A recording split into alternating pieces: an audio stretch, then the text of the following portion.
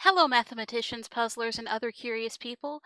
In this video, we are going to look at how you can use a formula to find out the distance between 2 points on a graph. And we'll both see what that formula is, and more importantly, why that formula works. So the 2 points we're going to deal with are the points 1, 3, and 5, -7. And our key question here is how far apart are those 2 points? So we're trying to find this distance here. And yes, that's not a straight line. Drawing by hand here, people.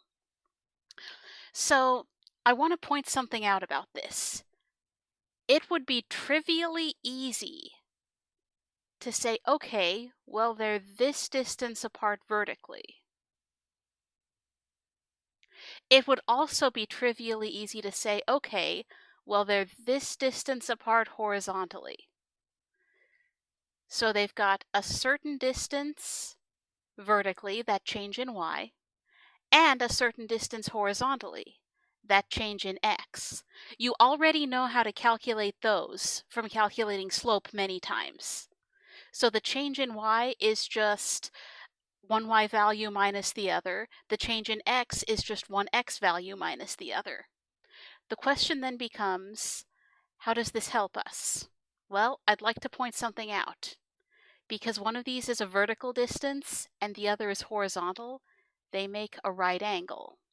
So now we can find this distance as the hypotenuse of a right triangle using our old friend, the Pythagorean theorem's formula, a squared plus b squared equals c squared. Now in this particular example, this particular case, the distance we want is the hypotenuse, c. And then the legs of the triangle are our changes in y and change in x. It doesn't really matter which is which. I'm going alphabetical. So we'll take our change in x and square it. So we'll have the change squared of x and the change squared of y that we add together to get the sum of that, or to get that total distance. Now this isn't the exact formula you usually see. Often because we want to directly calculate that distance, what we'll do is we'll go ahead and take the square root of both sides to make just d itself the subject of the formula.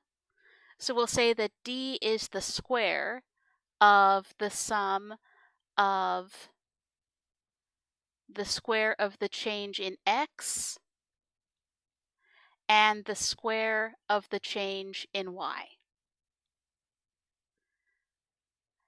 Now also quite often, we'll go ahead and put these two changes in terms of particular x values. So you might see this written as x2 minus x1 squared and y2 minus y1 squared. This is probably the first form of this equation people most often see. And from this, we can go ahead and figure this out. So this distance that we're interested in is going to be, well, let's see, x values. So 4 minus 1. And then here we'll have, I'm sorry, I had 4's on the brain. 5 minus 1. 4 on the brain because I can see that it's going to be 4, so I was just a step ahead in my head. My goof, but it's easy to fix.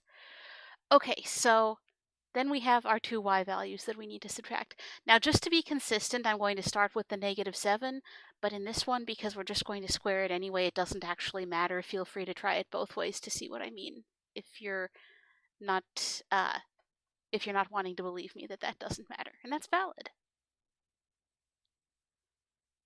Okay, so we are going to square that.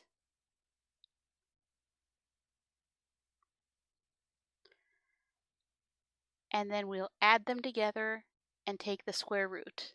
By the way, you might be wondering why it is that I'm not considering the positive and negative version of the square root. It's because we're talking about a geometric measurement, and measurements are never negative. So let's see, we'll have 4 squared, so that's 16. And then negative 7 minus 3 squared, so that'll be negative 10 squared, so 100.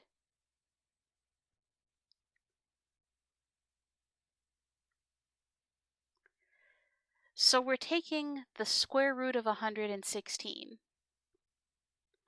And of course, I see that it's a multiple of 4. I think 4 and 29, so that's as far down as it would go, but let's double check that.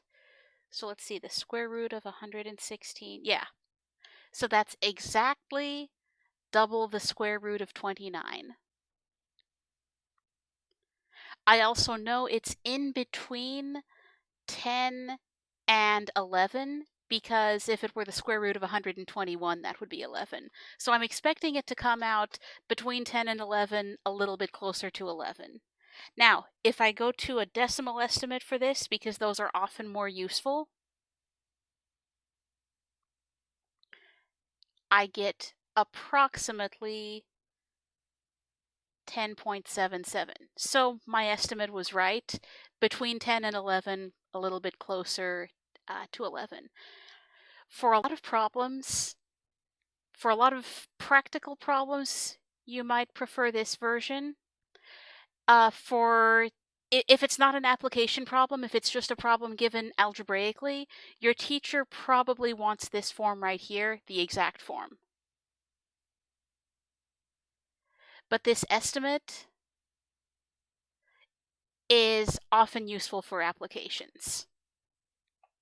So that's all there is to it. And as far as what to memorize, you can always just get this from the Pythagorean theorem, but either of these forms right here is useful to have in mind, just so you don't have to go figure it back up each and every time. So just pick the form you're more comfortable with and feel free to memorize that to save yourself time later on. And other than that, for now, I'm going to say calculator.